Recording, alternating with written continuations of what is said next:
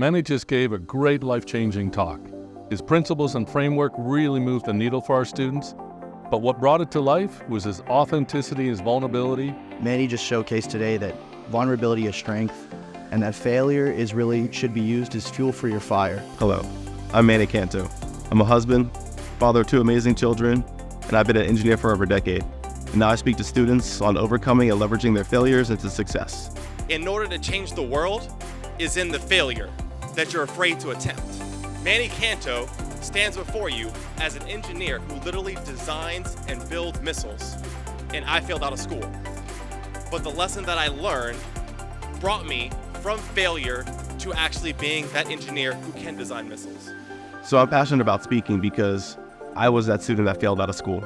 So even though I build and design missiles now, most people don't believe that I actually failed out before. And I'm passionate because I want students to know that if I can do it, they can do it. I want students to know that failure isn't final. It's necessary. Because a lot of times, the lesson that we need is in the failure we're scared to attempt. I just got to listen to Mannie Canto, and as an engineering student, he just reignited my fire. He let me understand that it might be a difficult journey, and it's okay to fail, but it's your choice to recover and bounce back. Organizations bring me in because of my experience as an engineer. As I mentioned before, I have over a decade of experience as an engineer, and to get there, I actually failed out, so I was that student that I'm speaking to. And I can let them know that if I can do it, they can do it. And this drives retention rates because students are more likely to stick to their studies. I love being able to be an engineer. I can come and go as I please. I have unlimited learning potential, and with an engineering degree, you can do whatever you want. Like, I'm a program manager now, which is more on the business side, but that's because I have an engineering degree that proves I know how to think through problems.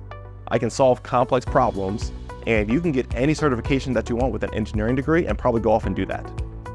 I think after listening to Mannie talk, it made me reflect a lot on self-growth.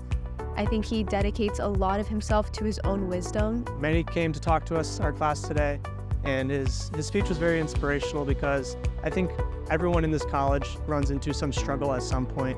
And the way he talked about his story and the struggles he faced and the failures that he met, they didn't stop him from pursuing what he wanted to pursue, no matter how long it took him. If you try to get 100 on every single assignment, you're gonna have a different set of priorities, and you're gonna have a different level of effort every time you study.